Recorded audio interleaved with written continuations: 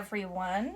This is Tara C. Sinclair with Creations, and I'm going to do a video for you today about the pattern pieces that come with my patterns.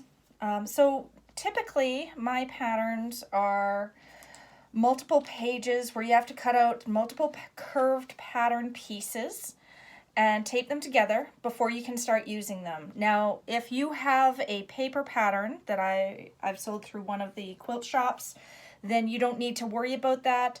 Those are printed on giant paper, 24 by 36 sometimes, that don't require any taping. All you gotta do is cut the pieces out and go to town. You can start cutting right away with your fabrics.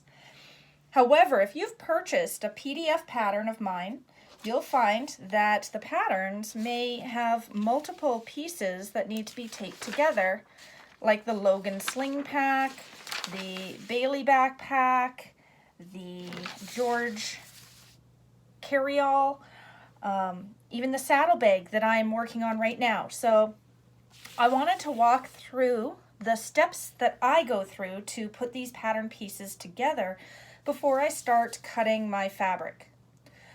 This is all in the instructions in your PDF pattern. It's under the printing section. So in the case of this pattern, there's a section called printing here. Some other patterns, it's going to be on the side. It's right at the beginning with the material requirements and information. So the very first thing you want to do is be sure to print to scale, or not to scale, sorry, print at 100% or at actual size. It's really, really key that you definitely do that. And then you'll find every single page of my pattern pieces has a 1-inch square. I lay a ruler on that to ensure that that 1 inch is 1 inch. And I actually do that with each page because sometimes, and I can't even tell you which patterns these were, I have experienced a situation where it printed 1 inch on one page, but then it printed smaller on the next page and smaller on the next page, and I can't explain it. All I know is I put that 1 inch square on every single page that has pattern pieces so you can measure and make sure it's accurate.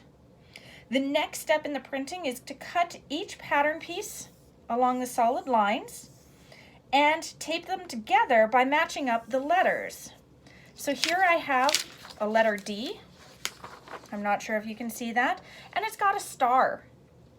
So here I have another pattern piece that has that D and a star. So these two are going to line up together. And the way I do that is I'm a rotary cutter girl. I'm not a scissors girl. I have scissors. I'm not very good at them.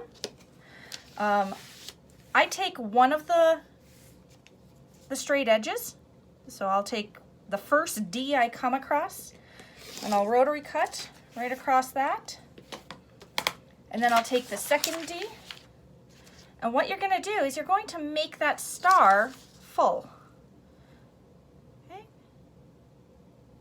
And here you can see I've made that star full. Each star is unique. So I'm going to tape those together. Ignore the dog fur that's coming out in that tape. We'll tape that together. And then my next one is an E. So same thing. I'm going to cut along that straight edge.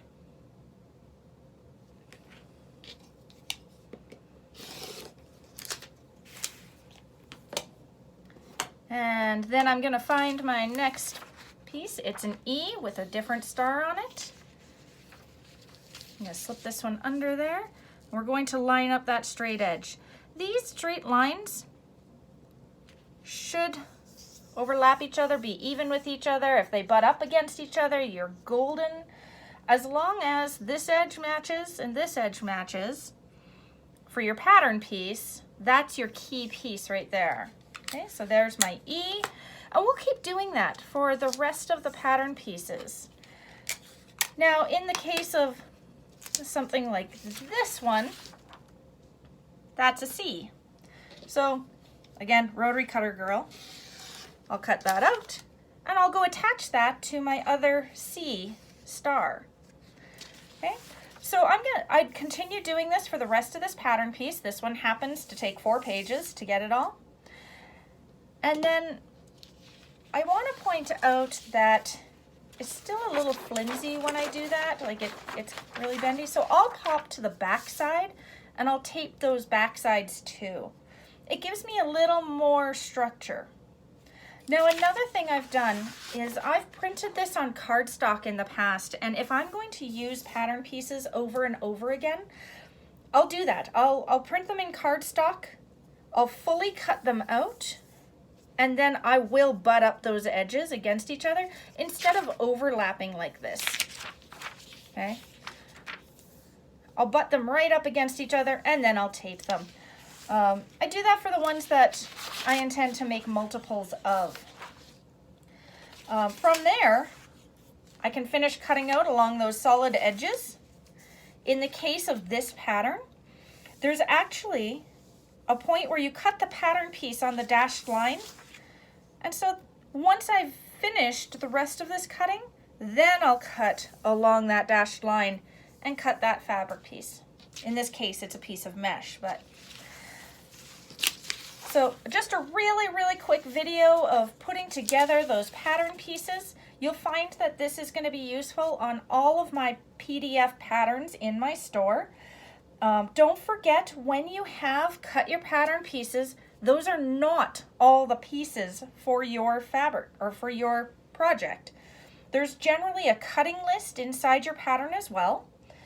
And you want to take a look at that cutting list and ensure you've got your paper patterns pieces as well as the measured pieces. Because again, I use that rotary cutter and ruler. I'm really terrible at scissors. I swear I failed kindergarten. Gluing and scissor cutting and stuff like that, just not my strong suit. But I hope this helps. I just wanted to pop in and give you those quick tips and tricks.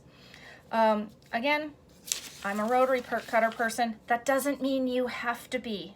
So even once I've got this cut, I will spend that time to whip up the edges, cutting with my rotary cutter, keeping my fingers out of the way, cutting those solid lines. And I'll be honest, I do use a ruler on every straight edge. It comes from that quilting background. Somebody taught me that a long time ago and it kind of stuck. Straight edge, and then back to another curve. When you're done cutting, try to use your recycle bin instead of your garbage bin. I know my garbage bin sits right here in the sewing room, but I'll take those out to my recycle bin now, just so that I may be chopping down all those trees to get my pattern pieces, but I'm going to do a little bit of my job. So thanks guys for watching. If you have questions, don't hesitate to email me, creations@outlook.com. Head to my website and use the Contact Us page. I'm here for you. Let me know if there's something you want help with. Thanks, guys.